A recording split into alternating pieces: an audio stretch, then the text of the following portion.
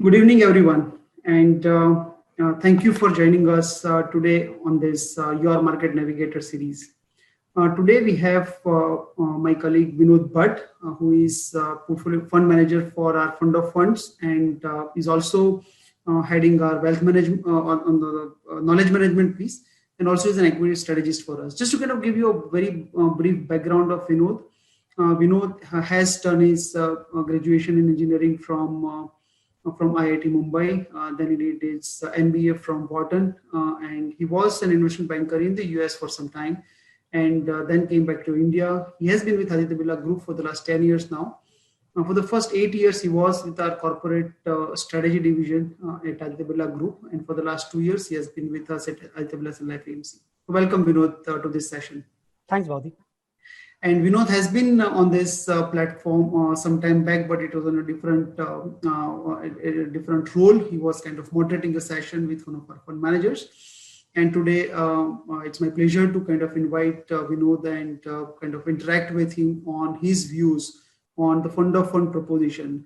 Fund of fund as a proposition, we all know is a fairly popular, particularly among the set of investors who really don't want to do fund selection and asset allocation on their own, and they want some sort of expert advice embedded in the product itself. And that's how the fund of fund has been a pretty large category globally, and it's kind of making inroads in India as well. So today we have a slightly different format. Vinod has put together a presentation for all of you. So he will walk us through the presentation for the next few minutes. And then we will have the questions, question and answer session for all of you. Meanwhile, if you have any question, please don't hesitate to go to Q&A section and put in your question with respect to any. So we run two fund of funds. So the question can be for any of the two fund of funds.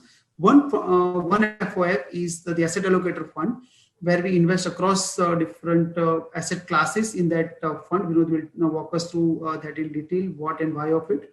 And another fund of fund that we are running is the financial planning fund of fund. And again, there are three different series, and we'll talk about the details in a while. But if you have any question with respect to fund of fund as a concept, as a practice, how do we go about it, etc. Please feel free to put your question in the Q&A section, and we'll be very happy to take all the unintended questions after the Vinod's initial presentation. So over to you, Vinod. Thanks, Bhavdeep. Good afternoon, everybody. Great to be here with you for this session today. So as Bhavdeep mentioned, I have put together a few slides. So I spent about 20-25 minutes just walking you through, the concept fund of funds and why we believe it's an excellent value proposition both for investors as well as advisors, and then we can open up the floor for Q&A. Yeah. So let's start with the basics. So as we all know, an investor's financial plan is typically linked to their lifetime goals, right? So it may either be their children's education, or they want to buy a house, or they want to plan for retirement, or it may be short-term objectives like repaying a loan or going on a vacation or buying a car. But can investors, just putting their money in the market and rely on the market to meet their goals? We all know that, we can't do that, right? Because as investors, we have goals with specific timelines, but markets have a mind of their own, and they may not cooperate. Just when we need the money, the markets might see a downturn, right? And why does that happen? Because the investment highway is not a straight road. There are lots of ups and downs, and the market performance can be very, very volatile, especially in the short term. So we have seen that, for example, in March 2020, when equity markets went down by almost 35-40%, and then over the past 6 months we have seen they've recovered almost to their previous highs. We saw the same thing if you go back in 2000, in 2008, 2011, 2013, 2015, in Jan-Feb 2018. So this tends to happen, and this cyclical nature of the market, it is what tests the conviction and patience of investors and advisors, right? So what can we do about it, and how can investors counter this market volatility and cyclicality? So fortunately, there is a solution which most of us know, and it's essentially asset allocation and portfolio rebalancing, right? So asset allocation is the initial allocation of our funds to various asset classes, whether it might be equity, debt, gold, real estate, and so on. And then periodic rebalancing is reallocating these assets and getting the investments back in line with our target allocation. So essentially, we take money out from those assets that have run up or performed well, and then we reinvest in those assets that have been underperformers in the hope that they will rise, right? So this portfolio rebalancing can be done on a periodic basis, whether it's monthly, quarterly, annually, or on a semi-annual basis, or it can also be done when asset class reaches a particular threshold, correct? So does it work in practice? It does. So, many people have done a lot of tests, and it has been shown that, a proper asset allocation and periodic rebalancing is very crucial, as it can give a similar return with lesser volatility. So if we see the numbers in this table, the first column shows a portfolio and its returns and volatility without rebalancing. This is 70% equity, 30% debt without rebalancing. And we can see that, the average return is about 14.5%, and the volatility as measured by standard deviation is about 11.5%. The same portfolio, if you do yearly rebalancing, the returns are comparable, slightly higher, but the volatility has significantly reduced to around 9.4%. And the last shows with quarterly rebalancing, right? So essentially, the data shows that proper allocation, asset allocation, and rebalancing gives you a comparable return, but with lower volatility. Now, most of us may know that, but then still, why is asset allocation and portfolio rebalancing still an evergreen challenge? And the reason for that is that, if you look at the asset class returns of the past decade and you look at the annual returns, we see that, some asset classes perform during a particular year and some other asset classes perform in other years, right? So in one year, for example, domestic equity has done well. Another year, fixed income has done well. A third year, gold has done very well. Or in a different year, international equity has done well. So essentially, the asset class performance has become very unpredictable. And another reason is that, the market cycles have shortened. So earlier, market cycles used to be 7 or 8 years in duration, and they have reduced now, 3 or 4 years. So there is a lot more cyclicality and volatility in the markets. And even the historical correlations which used to be there, they're not working anymore. So earlier it was like, if equities didn't do well, then maybe fixed income would give a good return. But as we saw over the past year, neither equities have done well nor fixed income gave good returns, right? So things are definitely changing. So even investors need to keep adapting their approach. So what can we do in this environment? So we believe that fund of funds is a solution both for asset allocation and portfolio rebalancing. And let me walk you through the value proposition.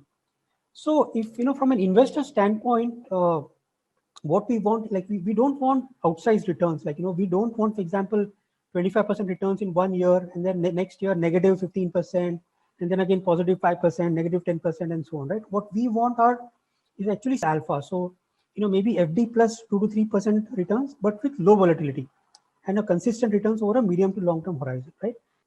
So, in most cases, the after-tax returns are barely able to beat inflation, right? So, what can an investor do? Essentially, even though individual asset classes, the returns can vary over time, but the proper allocation and rebalancing can deliver the stable alpha because of the negative correlation between asset classes. So that's the first point to remember, that asset allocation can give a stable return because of the negative correlation between asset classes. The second, then, even after understanding that, the issue is, investors then have to choose funds and ETFs within each asset class, right? So even as an advisor, you would know that in equities, there are thousands of funds across, large cap, mid cap, small cap. You have thematics, you have sectoral funds, and so on, right? Even in fixed income, you have different categories. That's why a couple of years back, SEBI introduced this recategorization of schemes, but that really hasn't helped much. So we still have that problem where investors and advisors have to choose amongst various mutual fund schemes. They have to closely track the performance of those schemes. Then they have to, decide whether to retain the funds or change them. They should understand the tax implications if they rebalance the portfolio, and then to reconcile statements from multiple fund houses and funds, right? So overall, all of these become pain points, and we believe that a fund of fund provides a solution to both the pain points of asset allocation as well as fund selection and periodic rebalancing. So let's see how it does it. So what exactly is a fund of fund? So it's essentially just another mutual fund which invests in other mutual funds and ETFs, right? So typically a mutual fund will invest in stocks as an underlying or in bonds. But a fund of fund will invest in other mutual funds and ETFs. So it may invest 50% in equity mutual funds and ETFs, maybe 30% in debt mutual funds, 10% in gold ETF, and another 10% in international ETFs, right? And it will keep on rebalancing this portfolio and reduce overall volatility, right? And there are a few other significant benefits for investors. So one is that fund of funds are very affordable. So investors can start a SIP with a few hundred rupees and still get the underlying diversification. So as an investor, I can invest maybe like a couple of hundred, or let's say 500 rupees a month in a SIP in a fund of fund, and I would still get exposure to domestic equity, international equity, fixed income, and gold, right? So that's wonderful. Second is investors get professional management. So the fund of fund has a portfolio manager who does the initial asset allocation, who constantly monitors the portfolio and does the regular rebalancing. So the chances are higher that the portfolio manager can generate better risk-adjusted returns than investors doing it on their own. The third is significant cost saving. So typically, you would know that when a portfolio is churned, when the investor sells mutual funds and buys other mutual funds, there are capital gains that come into the picture, either short-term or long-term capital gains. But the fund of funds have an advantage because when they rebalance the portfolio, there is no tax implication. So as long as the investor doesn't redeem the fund of fund units, they don't have to worry about the taxes, even if the portfolio gets churned. So that's a big advantage. The fourth is lower volatility, like I mentioned. The asset classes are mostly negatively correlated, so that helps. And last is convenience. So instead of monitoring multiple fund house statements, multiple fund statements, there is lesser documentation. As an advisor or as an investor, you just have to look at the document of one fund of fund, and everything is there. So even for investors, the life becomes easy, and we believe that even for advisors, life becomes easy. So our kind of value proposition for advisors is that this is like a partnership where advisors can focus on the clients or the investor management, while we focus on the investment management, right? So we can make the life easier for both investors as well as the advisors. Now coming specifically to the Aditya Birla Sun Life bouquet of products. So we have an asset allocator fund of fund, which provides exposure to 4 major asset classes, mainly domestic equity, international equity, fixed income, and gold, right? So essentially, we can invest in about 20 to 80% of the assets in domestic equity or international equity. That gives a growth exposure, and we can invest the remaining in debt and gold, which gives stability and liquidity to the portfolio, right? And what is our so that is one of our biggest differentiator actually, to let you know that. Second differentiator for us is our very streamlined process that we run to manage the fund of fund. So we have a top-down asset allocation process, and we have a bottom-up process for the portfolio selection and regular rebalancing. So the fund of fund is managed by me. I'm the portfolio manager, and every month we have a meeting with our CIO of equity and CIO of debt, and along with some of our portfolio managers and our in-house economist. So we get views on the market, on various sectors, and kind of create a top-down view in terms of what is looking good, what is not looking so good, which asset classes might perform well, what is the expected return from different asset classes, and so on. And then for the bottom-up, and then in addition to that, we have a quantitative model that we use that tells us how much to allocate to equity and how much to allocate to debt. So that's kind of the top-down process. And as a bottom-up, also we have another quantitative model which looks at all the mutual funds in the industry, looks at the historical risk-adjusted return on different time frames, and ranks the funds in each category. So whether it's in large cap, multi-cap, mid and small cap, and so on, and tells us which funds are doing well and which are not doing well. So I'll just tell you about our model in a little bit more detail, because that's a big differentiator for us. So our asset allocation model looks at, for example, some of the valuation metrics like the price to earnings ratio, price to book ratio, yield gap ratio, and interest rates, and so on. And it gives a signal how much to invest in equity and how much to invest in debt and gold, for example.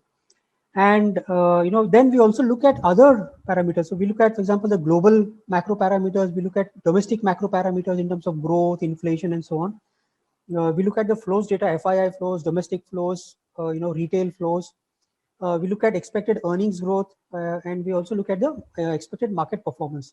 So based on all of this, we come to a conclusion. Let's say once a month we run this process, and we come to a conclusion that, for example, in equity we should invest, let's say 60%, in fixed income 25%, in gold 10%, and so on.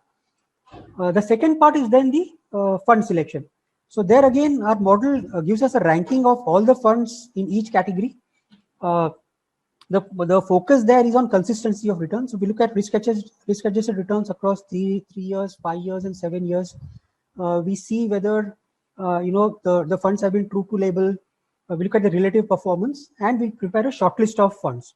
Then we look at the fund manager, right? We look at their track record, whether they have delivered across different market cycles, whether they have followed their philosophy and fund strategy. And we try to achieve a balance of different styles in our fund. So, we want, for example, some fund managers who are growth focused, some fund managers who are a little bit more like, value focused, some which are growth at a reasonable valuation and so on. So we try to achieve a balance across these different styles, right? Has this worked for us? It has. Like, if you look at our model backtesting, this chart is showing what was, for example, the blue line is showing the BSE 100 index. It's the price of the BSE 500 index across different time frames for the last 12 years. The blue bars are showing the recommended equity allocation, and the orange bars are showing the remaining debt allocation, essentially. So what this model is saying is, for example, if we go back in time, when the BSE 100 index crashed, for example, in 2008, the model suggested increasing the equity exposure to almost 80%. And then when the equity markets rallied, then the model suggested reducing the equity allocation. And again, when the markets came down in 2011 timeframe, the model suggested us to increase the equity allocation and so on, right? So when the equity markets rise, the model suggests us to reduce the equity allocation. And when there is a crash, it's recommended that we increase the allocation. And the same thing has happened, for example, if you see in the March 20, for example, the last 6 to 9 months, when the market crashed in March, April, the model suggested that we should increase the equity allocation to almost 80%. And now with the subsequent rally over the past couple of months, currently the model is suggesting that we should have about 60 to 70%, around 60-65% in equity, right? So if you look at the results and the volatility, the returns and the volatility, essentially the backtest is showing that this model can give us better risk-adjusted returns, right? So, for example, the BSE 100 index, the CAGR over the past 12 years is about 5%.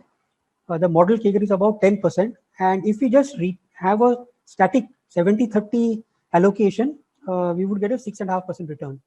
But if you look at the volatility of the model is only 13.5% compared to about 22% for the BSE 100 index. So the Sharpe ratio of the model, which is the risk-adjusted return, is much higher at about 0.8, right? And even the max drawdown is lower. Same thing if you look at the past 10 years, we will see that the volatility is even lower. So the risk-adjusted return is even higher, right? So kind of the model is giving us the right signals. And if you look at rolling 3-year and 5-year returns, so again, compared to the BSE 100 index or the static portfolio, the average return is higher, about 10.5%, right? And if you look at what percentage of times we get a return greater than 8%, it's about 2/3 of the time. And about 1/3 of the time we're getting returns about 12%. So that's quite good. So right? And the same thing, even on a rolling 5-year basis, we are getting similar results. So with that, now, if you look at the current portfolio positioning, we have about 60% allocated to equity, out of which 54% is domestic equity and 6% is international equity. And in the equity portion, we have, in the core portfolio, we have large cap and multi-cap funds. And in the satellite portfolio, we have our mid and small cap fund and thematic and sectoral funds. On the fixed income side, we have about 22% allocated across short-term fund and low duration fund, 12.5% allocated to gold, and about remaining to cash, right? So if there is any correction in the market, we can quickly increase our equity allocation. And specifically coming to our performance, we have kind of relaunched the asset allocated FOF over the past 9 to 12 months with increased focus, and we can see that the performance has been quite good. So for example, over the past 1 year, the return is about 10%, which is higher than the benchmark CRISIL index. And also compared to the dynamic allocation category, our fund of fund is in the first quartile. In the past 6 months, the return is about 25% higher than the benchmark, and also very good in terms of the relative performance, right? So this was our asset allocator fund of fund. We also have another category called the financial planning fund of fund. So the difference is that the asset allocator fund of fund invests mainly in Aditya Birla Sun Life mutual funds and ETFs and international ETFs. The financial planning fund of fund is a bit broader. Here we invest both in our in-house funds as well as external funds. So as you can see right now, so there are three categories: aggressive for aggressive investors, moderate investors, and for conservative investors. And the difference is in the equity allocation. So the aggressive fund of fund has about 71% allocated to equity, the moderate has about 51%, and the conservative has about 30%. And you can see that the allocation is across funds from different fund houses. So it's some of them are Birla funds. We have, for example, Axis, Kotak, Tata, HDFC, IDFC, and so on, right? So the idea is that we give exposure to the best of breed funds across the asset classes. And if you look at the returns for these funds, they have also been quite good. So the past 6 months return, for example, you can see aggressive plan has given about 21% return, moderate plan about 17%, and conservative plan about 13%, which is to be expected, right? Because the equity allocation range for the aggressive plan is between 55 to 85%. For the moderate plan is between 35 to 65%, and for the conservative plan is between 15 to 45%. The last thing I would like to highlight is our a global emerging opportunities fund. So it's important for investors to get exposure to international opportunities also, and there are three main reasons. So one is that it gives good geographic diversification across not just India but, for example, US, Europe, and Asia. It gives economic diversification across developed markets and emerging markets because some markets perform at certain points, some others at different points. And also gives currency diversification. So as you all know, the rupee has been depreciating about 2 to 3% every year for the past decade or more. So it's important that we invest in foreign currency so that we get benefits of this rupee diversification, right? So where does this Global Emerging Opportunities Fund invest in? So it's actually a feeder fund into the Julius Baer Next Gen Fund, and it provides exposure to 5 themes that are not available to investors in India. So what are these 5 themes? So the most important is this digital disruption, right? So for example, automation and robotics, cloud computing and artificial intelligence, cyber security, digital commerce, and fintech are some of the areas in which this fund invests in. Then second theme is the whole energy transition, for example, clean energy, electric vehicles, and other segments. Then we have Rising Asia, which focuses on, for example, tourism and so on. We have Feeding the World, which focuses on fertilizers and agrochemicals, water, and so on. And the last is Shifting Lifestyle, so digital health, genomics. So if you notice the terms I've used, we won't find many listed companies in India to invest in. So if investors want exposure to these themes, and specifically where this fund invests is, about 33% is invested in information technology like digital, and another 30% is in healthcare. And some of the names of companies that you will find in this fund are Microsoft, Amazon, Google, and Akamai in tech, and you will have Thermo Fisher, United Health, Centene, Abbott Labs in healthcare, right? So the 1 year return of this fund is about 25%. So it has. So just to summarize, why should investors and advisors consider ABSL, fund of funds? Because one, you will get active asset allocation by a dedicated portfolio manager. You would get diversification across 4 asset classes: domestic equity, international equity, debt, and gold. We have our own in-house model, which helps in decision making both for the top-down asset allocation as well as for bottom-up fund selection. And lastly, we do a regular monitoring and review along with periodic rebalancing. So I'll stop here, Bhavdeep, and we can open the floor to questions. Yeah, thank you, Vinod, for taking us through that presentation.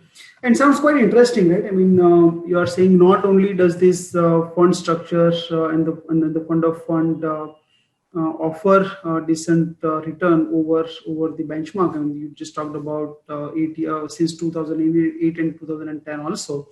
Not only has the backtest results shown better returns, but also at a much lower volatility compared to the static equity index or even a static asset allocation.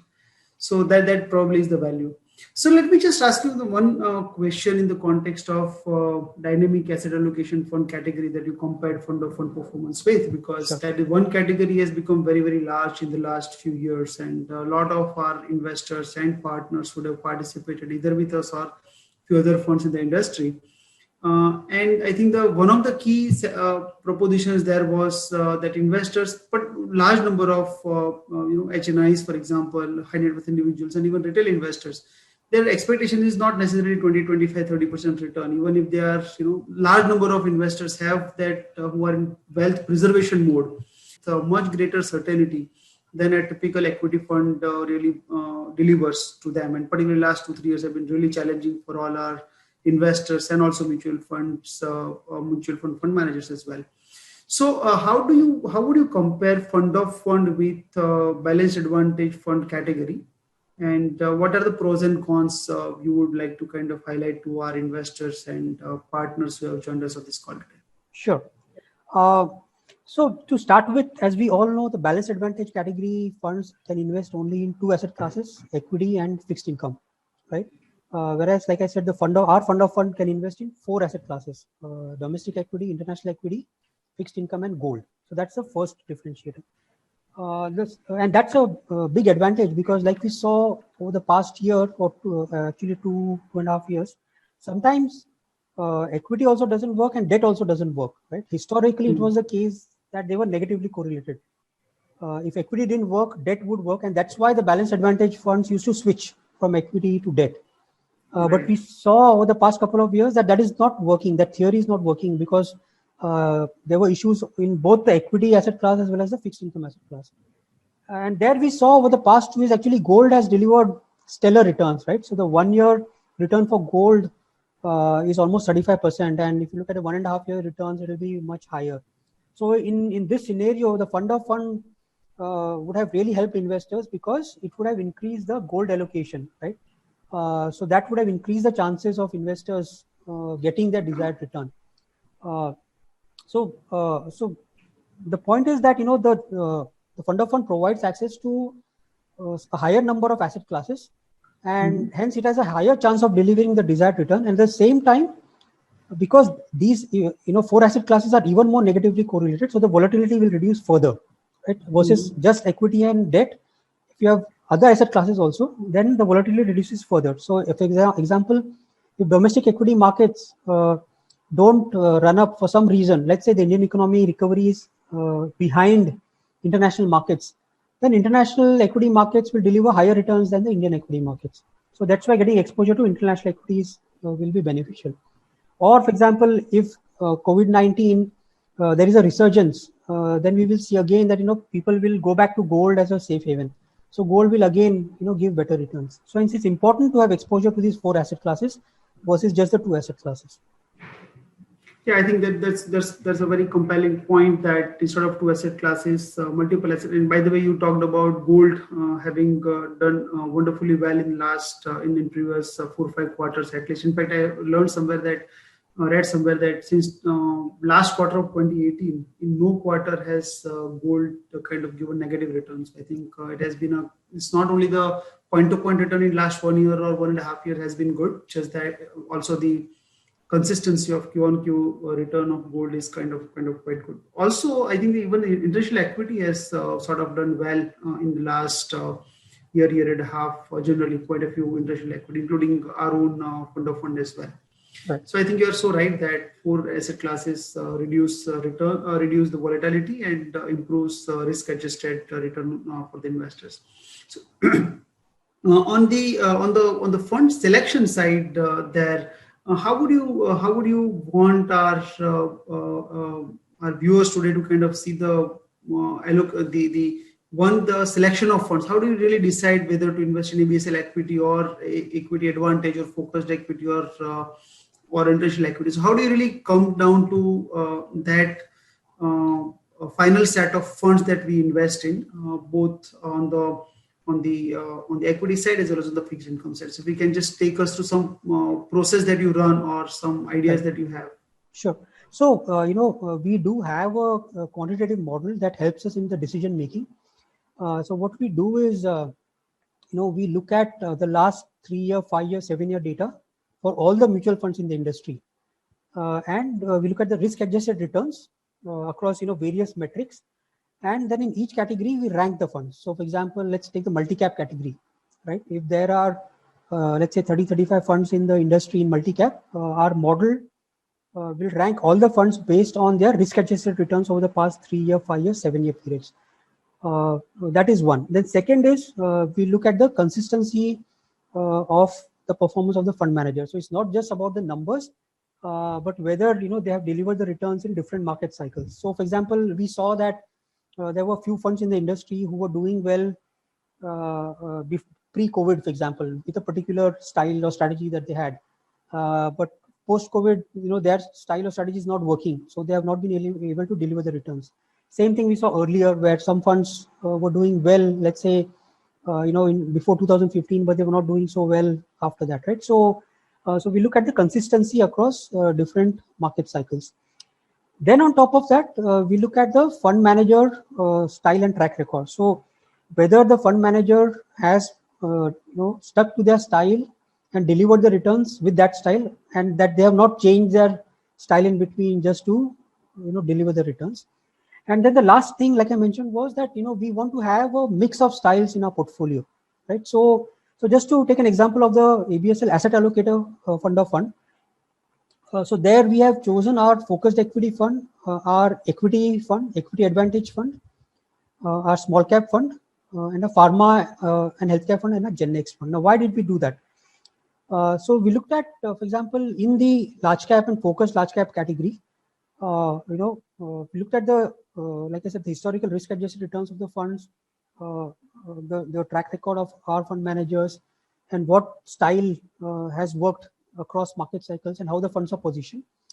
And that's why we selected the focused equity fund, because we felt it has a better, it is well positioned to outperform in the current environment.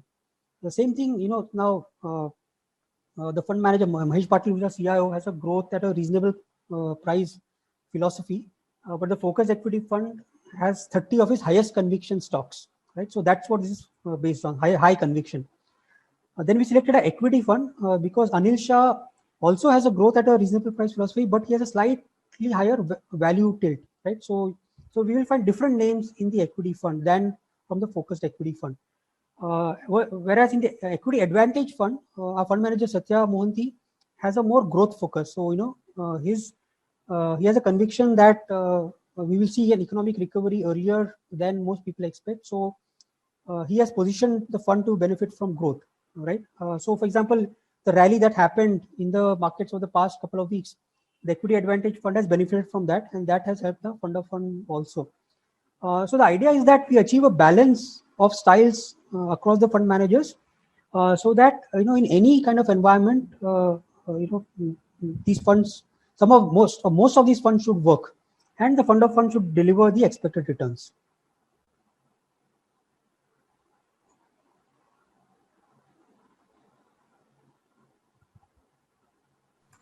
And how often do we change this fund selection, particularly in the non-thematic category? Right. So, see, as a process, would you like to project that screen for all the viewers? I think it will be easier for people to relate. Yeah, let me do that. One is the portfolio itself. If you can just show once again, so that I'm just doing it. Yeah, right. So the way our process is like every month we have a meeting between myself, a CIO for equity, a CIO for debt, our economist, as well as a broader team, which even Bhavdi from our sales team is a part of. And there we discuss our top-down macro view, right, in terms of what's happening globally, what's happening in India, what's happening in different asset classes, whether it's equity, fixed income, gold, and so on.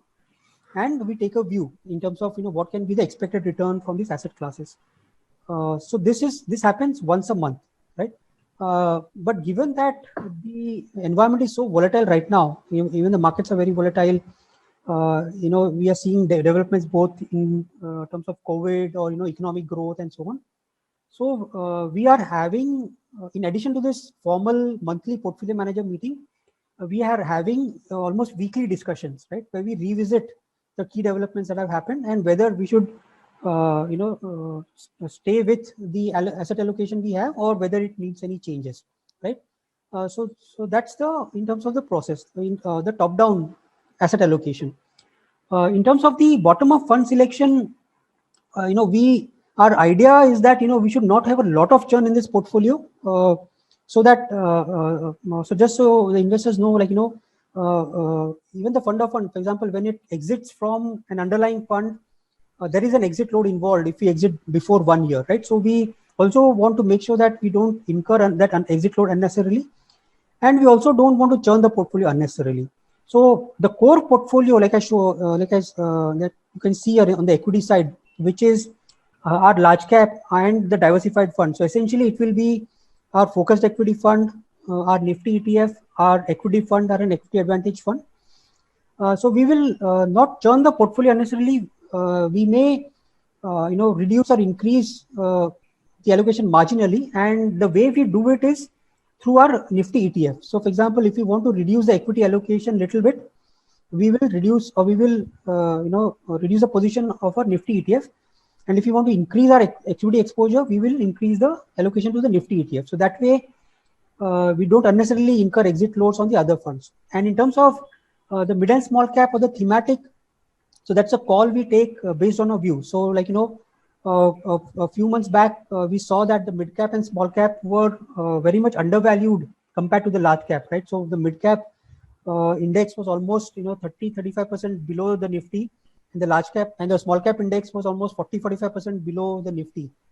So that time we decided to take an exposure to our small cap fund, and that has benefited us. Same thing in thematic and sectoral. Actually, last year only we did an NFO of a pharma and healthcare fund, and we bought that in a fund of fund. And our pharma fund has delivered almost 65 to 70% return, which again has worked out well. So that we are holding for some time. Now, for example, if we feel, hypothetically, right, let's say we feel that the banking and financial sector has underperformed over the past few months, right? We have seen IT and pharma doing very well, whereas the banking sector has underperformed. And if we want to take exposure to the banking and financial sector, then in our meeting, so we are going to have that monthly meeting tomorrow, for example, right? So tomorrow we will discuss whether to reduce one of the thematic or sectoral funds and add banking and financial services, for example. So that's how it works. Same thing on the fixed income side. A couple of months back, we had our corporate bond fund and banking PSU fund in the portfolio. Then, as the investors and advisors may know, our CIO for that, Manish Dangi, gave a call that given the interest rate environment, it would be advisable to shift to short-term and low-duration funds. So then we made that change in the portfolio, right? So it depends on, for example, it can be either after our monthly meeting, or it can be after our weekly discussion if things are changing very fast, or if, for example, our CIOs give a call that we should shift from one particular segment to another segment. And to add to that, another interesting point is on gold. So gold also we took an exposure some time back because we believed that there were sufficient reasons for gold to go up. So I think we bought gold in the gold ETF in our portfolio when gold was about $1,500 or $1,600 per ounce, and then it has consistently risen from there.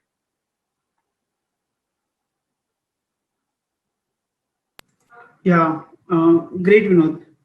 So another question related is somewhere you mentioned that you changed the equity allocation using Nifty ETF. Right. So is there also a part of this large cap allocation that you have shown here? Yes, 11.9. yes. Okay. Correct. So large cap is Nifty ETF and our focused equity fund. Fair.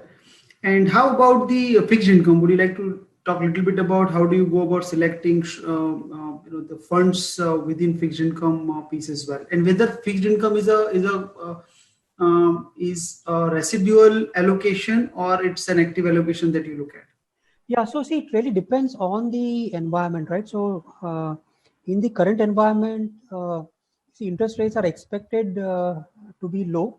So the recommendation is not to focus so much on duration, and also the environment is not right to look at credit, right? So essentially, it's more advisable to just have short-term fund and low-duration fund in the portfolio.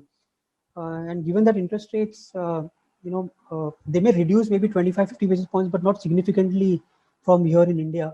So the expected return from fixed income will be about 5.5%, right? So in the current scenario, that's why we would look at investing in equity first, then or else in gold, and then fixed income would be the residual. But if the environment changes, right? So for example, let's say we see a big rally in equity over the next year, and we believe that equities are overvalued, then we will reduce the equity allocation, right? And also, if we feel that it's more advisable to shift to fixed income, then we will do that. So it's all a function of, like I said, these the macro parameters that we look at. So we look at valuation metrics, we look at global and domestic macro parameters, we look at earnings growth, we look at flows, we look at expected asset class returns, and so on. And based on that, we decide the asset allocation. So this is much better, I can say, than investors doing it on their own or even advisors, because I'll tell you one more advantage that I have, because every week we have a portfolio managers meeting where the fund managers for all our funds talk about what they are doing in their portfolios, like what is happening in the market, which stocks they have bought, which stocks are not working well, and so on. So I get an inside view in terms of what is a kind of a holistic picture of the view on the market and the view on the funds, which funds can be expected to perform, which may need more kind of have to overcome some obstacles and so on, right? So all that forms an input into my decision making essentially. Now think of it or contrast it with an investor who's sitting outside or an advisor, right? Like they will not be able to kind of react so fast. Like for example, if tomorrow when we have this monthly meeting, we will revisit all these parameters, and based on our view, I will change our portfolio. And then every week, when we have a portfolio manager meeting, I'll again reconsider the positioning. Whereas an investor or an advisor typically would not have access to that insight. So they would be much more slower to react essentially. So that's another advantage of this fund of fund.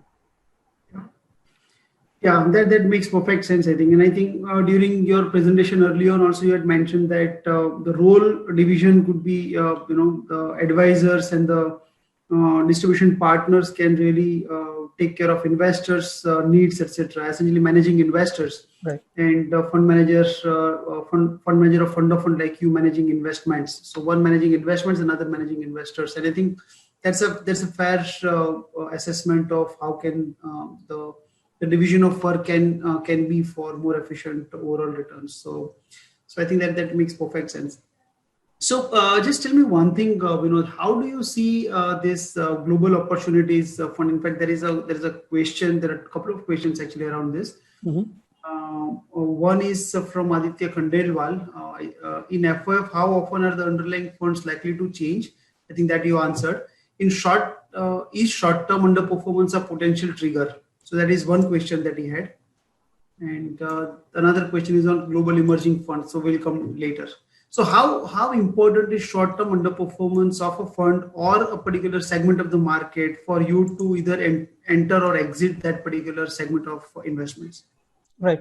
So, we like to take at least a 3-year view. So for any segment or any fund that we select, whether it's large cap, multi-cap, mid and small cap, or thematic, or even international, we like to take a 3-year view. So for example, when we selected the pharma and healthcare fund last year, we had taken a 3-year view. We felt that pharma sector was undervalued. In 3 years, it would make good returns. So we invested in that. Same thing for Gen Next. We believe that consumption will drive the Indian economy over the next 3 to 5 years. It's a structural theme. So that's why we have Gen Next in the portfolio. Or small cap. We think small caps are undervalued. They will do well over the next 3 years, right? So that's how we are thinking.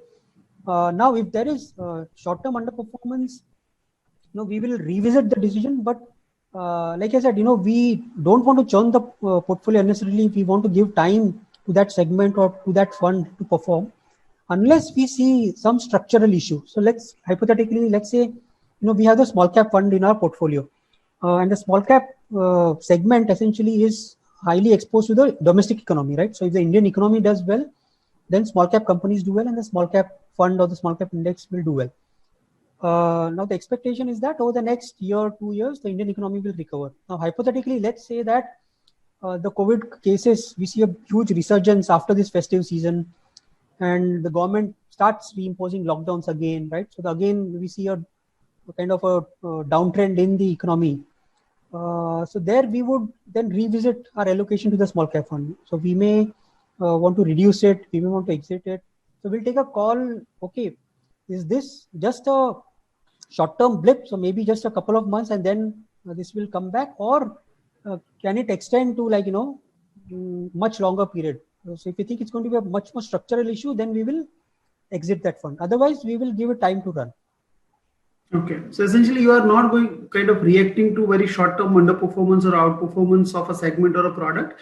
So you look at a 3-year view and take a decision, and at the same time you are forward-looking in terms of within a particular range that you would have.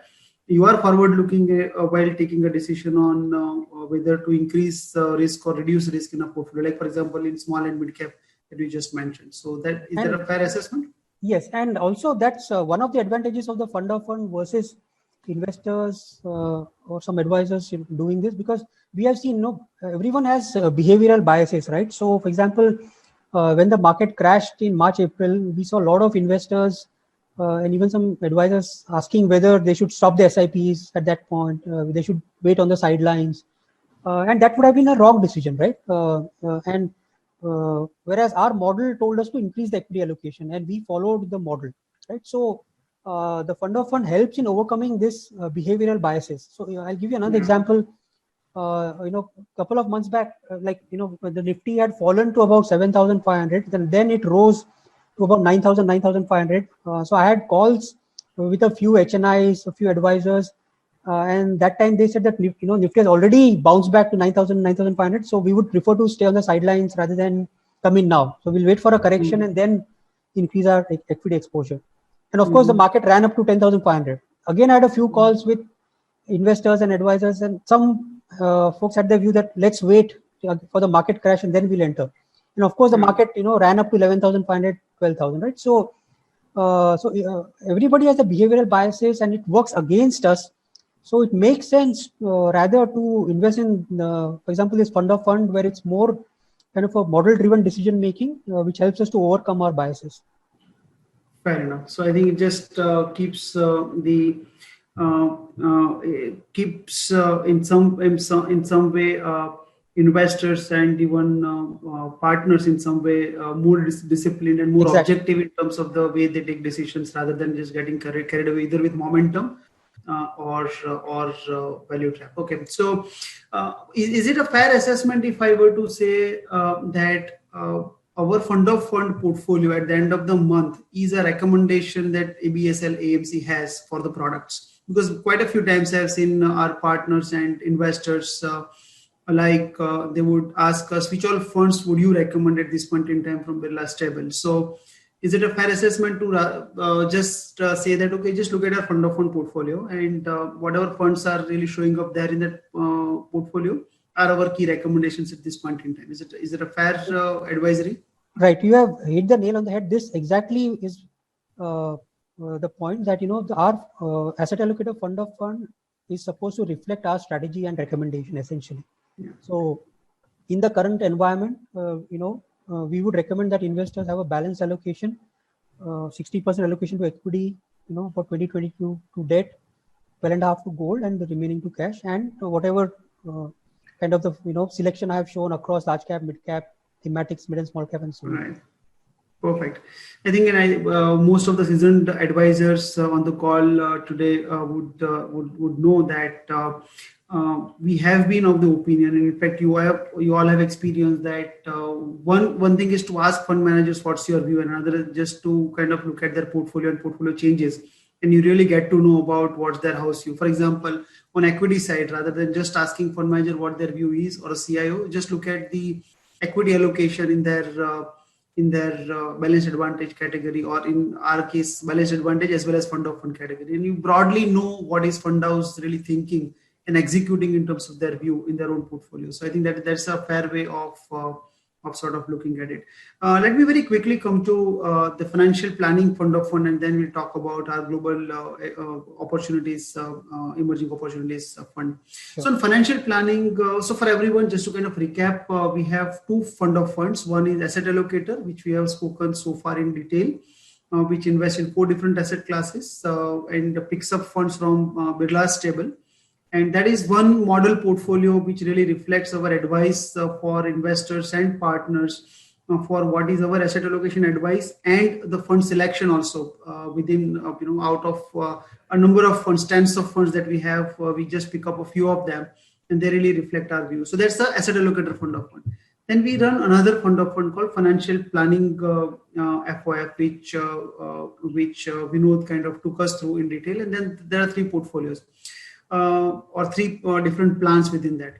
So Vinod, my question is, how do you go about, well, you have spoken about the architecture of fund, how do you really go about selection of asset allocation, etc., and even the fund selection or category selection. This financial planning has one additional level or one additional variable, and there is a fund house selection or selecting funds from other mutual funds as well, not only Birla Mutual Fund. So how do you really go about selecting funds here? Right.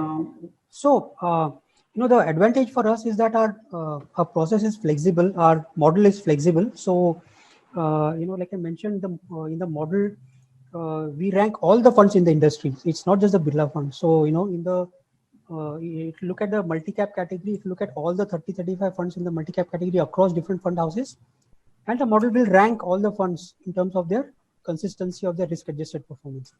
And hence, we get a short list of which funds to look at. So the first we look at is which category of funds is giving better risk-adjusted returns, and then within that category, which funds are giving better risk-adjusted returns, and then we look at the consistency and track record of the fund manager. So it's not enough. For example, let's say XYZ fund from a particular fund house has given excellent returns historically, but then if we see that there have been frequent fund manager changes, or else if the fund manager has been changing their investment style in different market cycles, so then we will avoid that fund. We will look for a fund which has not only given good risk-adjusted returns, but where the fund manager has been consistent, their style has been consistent, and it has worked across different market cycles. So if you see the names in our portfolio, you would recognize that these are among the best names that are there. Yeah.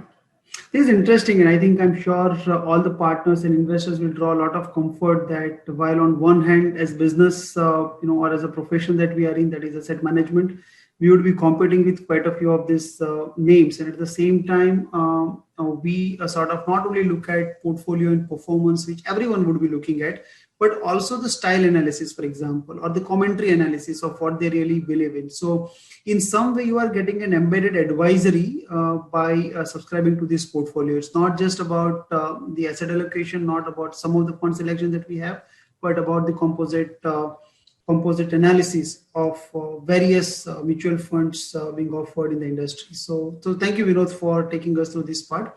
We have a couple of questions on fund of this global emerging theme. So Aditya again is asking, how much do you suggest that an investor allocate to the global emerging themes funds in a typical moderate or aggressive portfolio? Right. So, we recommend that international exposure can be 10 to 15% depending on the risk profiles, right? So if it's an aggressive investor, you can have up to 15%. If it's a moderate investor, 10%, and conservative, slightly less than that. The advantage, again, I'll reiterate, is that the Global Emerging Opportunities Fund will give you exposure to themes that are not available in India, like, whether it's cloud computing, AI, digital, or genomics, for example. Companies you can invest in only exist abroad. They don't exist in India. So that's the advantage we have. Okay, so one is clearly diversification that you mentioned, and I think you talked about 3 different levels of diversification. Right. One another related question on diversification is coming from Shrikant Melgiri. He is asking about rupee against dollar depreciating, elaborate impact on global exposure funds. So essentially, you talked about currency diversification. Right. Yeah. Generally, it has been working well for India for the last few months. Rupee has been appreciating. So, what impact do you see it have it will have on the fund's performance? Right. So, if you see historically over a decade or more, essentially over a long time frame, the rupee has been consistently depreciating versus the dollar, right? And on average, it's 2 to 3% depreciation per year. Now, last month we saw the rupee has appreciated, and frankly, the macro view is that if we look at the next year, it's possible that the USD will depreciate and other currencies will appreciate versus the US dollar. So in a short time frame, yes, it's possible that the rupee can appreciate, but over a longer time frame, we believe that the US economy is very strong. It will remain one of the strongest economies in the world, and the dollar will kind of continue to be stable and appreciate across other currencies. So our long-term view is that rupee will continue to depreciate 2 to 3% a year, and that will benefit funds like these which have international exposure when you convert the returns to INR essentially. So if you take a 3 to 5 year view, then rupee depreciation will work in our favor. Fair enough. So currency volatility, if at all, is going to kind of be benefiting investors and not go against them, at least in medium to long term. Right. In short term, it might be a little more volatile because of multiple dynamics. Okay, fair. So recently, I just came across a very interesting report from Morgan Stanley, and it just talks about in 2021 how Asian economy, for example, ex-Japan, right, will have some sort of a Goldilocks kind of situation. Essentially, it will be in a very sweet spot. So in that context, how do you see the global emerging opportunities funds theme? Of course, one thing that you talked about was there are multiple themes that we will be playing which are not available in India. So that is definitely one clear advantage of subscribing to global emerging opportunities. But as a whole, I mean, international equity, particularly global emerging economies, how well are you kind of expecting them to do well in 2021? Right. You're right again, Bhavdeep. Like the view is that over next year or two, emerging markets are likely to do well, and there are multiple reasons for this. So currently, if you see, countries like China, Korea, Taiwan, they are ahead in terms of the economic recovery. They have overcome the COVID crisis. If you see various high-frequency indicators, whether it's on the retail sales side, whether it's industrial production, they are already ahead of pre-COVID levels, right?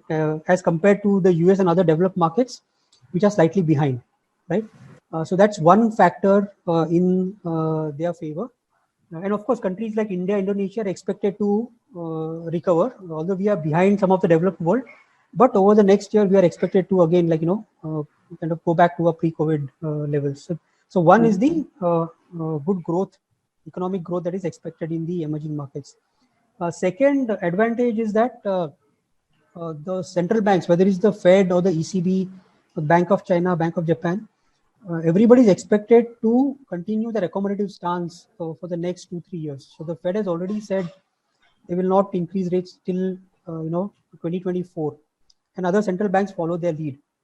So when interest rates are low, it is beneficial for the emerging economies, so that it's easier for them to service their dollar-denominated debt, essentially, right? The third is there is a lot of liquidity that is available. The Fed and other central banks have made a lot of liquidity available, and liquidity always changes returns, right? So it goes where economic growth is higher, earnings growth is higher, and over the next year or two, emerging markets are going to be the place to be because they will have higher economic growth and earnings growth. So liquidity will also favor emerging markets. And the last reason is inflation. Inflation is expected to be moderate for the next year or two. Even the Fed has that view. If inflation is moderate, essentially that helps commodities and cyclical stocks. And many of these companies are actually based in emerging markets. So that's another reason why emerging markets are expected to do well. So for all these reasons, emerging markets are poised much better than the US and other developed markets. But the only risk there is, for example, if there is a resurgence of COVID cases, then of course people will again, there'll be a flight to safety and people would prefer US and other developed markets, but that is not expected currently.